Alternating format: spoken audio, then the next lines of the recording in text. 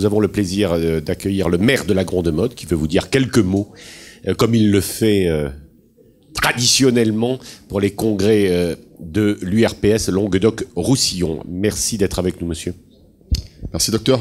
Monsieur le Président, Madame la directrice régionale de l'ARS, Mesdames, Messieurs, eh bien écoutez, je suis heureux de vous souhaiter cette année encore la bienvenue pour votre traditionnel congrès. Je crois que c'est la 4e année que vous êtes présent ici à la Grande-Motte sur le port. Alors je reconnais que vous n'avez pas toujours eu ce beau temps et aujourd'hui, il est très tentant d'aller se promener sur le quai Charles de Gaulle ou aller voir les Ferrari qui sont cet après-midi que vous pourrez voir puisqu'il y a un rassemblement Ferrari. Alors le premier prix pour les jeunes médecins, c'est l'URPS ne recule devant rien. Voilà. Jean Manet, c'est donc bien gagner une Ferrari. Une Ferrari. Alors, bravo à l'URPS. Il y en a une très belle qui est cabriolet deux pour Ferrari. Se promener aujourd'hui avec le temps clément. C'est très beau. Alors, elles sont parties en balade, mais elles seront de retour à partir de 15h jusqu'à 19h, je crois. Donc, sur le parking du côté de l'avenue Robert Fage, vous pourrez admirer, il y a à peu près 80 Ferrari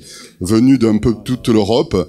C'est un week-end organisé par le Lions Club de la Grande-Motte au profit des associations Agir pour un enfant. C'est une opération que mène le Lions Club chaque année au profit d'associations qui sont là pour aider les enfants en difficulté. Donc c'est une belle opération en plus caritative et de voir des belles Ferrari, c'est pas non plus déplaisant. Alors, monsieur le maire, excusez-moi, celles et ceux qui n'ont pas encore une Ferrari peuvent en avoir une. Voilà. Il y a des prix aujourd'hui, hein. Ils sont pas bradés, mais enfin, voilà. Ben en tout cas, je me réjouis de voir à nouveau les médecins réunis ici à la Grande-Motte pour parler de l'avenir de la médecine libérale. Vous savez que la Grande-Motte est une jeune ville où qui a fêté l'an dernier son 40e anniversaire de création en tant que ville, puisque la ville est devenue indépendante le 1er octobre 1974. Et donc l'an dernier, c'était ce 40e anniversaire. Une ville où il y a beaucoup de retraités, mais pas que, puisque hier c'était la fête. Il y avait pas mal de fêtes d'école hier, entre le 10e anniversaire de notre lycée, la fête de l'école maternelle. Et je disais, s'il y a beaucoup de retraités, il y a aussi pas mal d'enfants scolarisés, 1400 enfants scolarisés à la Grande-Motte, de la maternelle au lycée. Pour une petite ville comme la nôtre, c'est beaucoup de chance. Et bien, ces retraités, eh bien, nous essayons de les accompagner. Il y a à la Grande-Motte une 60aine de professionnels de la santé. Autant dire que nous avons la chance d'avoir un plateau médical de qualité et qui permet à ces personnes-là de pouvoir profiter d'une très belle retraite, d'une qualité de vie ici exceptionnelle et d'avoir à leur côté des médecins qui permettent le maintien à domicile le plus longtemps possible. Je sais qu'en ce moment, vous débattez de votre avenir. Je dois vous dire que je suis totalement à vos côtés, même si je ne suis pas parlementaire, pour défendre avec vous l'avenir de la médecine libérale. Dire qu'aujourd'hui, ce tiers payant qu'on veut imposer aux médecins est une aberration. Je pense que les médecins ont autre chose à faire que de se plonger dans la paperasserie.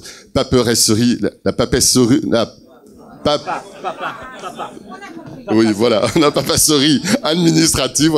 Voilà, quand on va employer des mots qu'on n'use pas très souvent, on a du mal à les prononcer. C'est pour dire que la réglementation française, on en a un peu trop souvent assez. On sait ce que c'est, nous, en tant qu'élus, et vous aussi, en tant que médecin. Et je pense que votre priorité est certainement ailleurs. Alors, bien, vous êtes toujours, vous le savez, les bienvenus ici, docteur, monsieur le président. Donc, je ne peux que vous dire, donner rendez-vous l'année prochaine. Je suppose que la 5e édition, où on se retrouvera à nouveau ici même.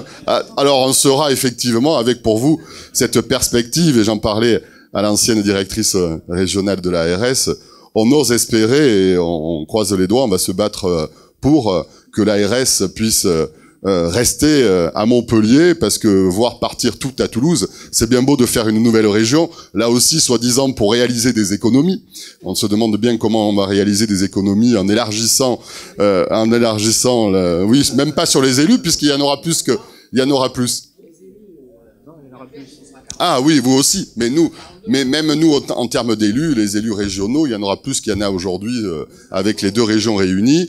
Donc je pense pas que aller vers Toulouse va réaliser des économies, mais aujourd'hui on voit les nominations qui ont été effectuées, ont toutes été effectuées sur des personnalités originaires de Toulouse, donc on espère que, compte tenu de la qualité de notre médecine, du poids de la médecine ici en Languedoc-Roussillon et à Montpellier, que nous pourrons au moins garder la direction régionale de la DRS de la nouvelle région, Madame Aoustin. Et donc, nous ferons, en tout cas, les élus que nous sommes, nous allons nous battre pour cela. Alors, passez une excellente journée. N'hésitez pas à profiter de la qualité de la ville de la Grande Motte quand vous aurez terminé votre congrès. Et soyez encore une fois les bienvenus ici. Bonne journée.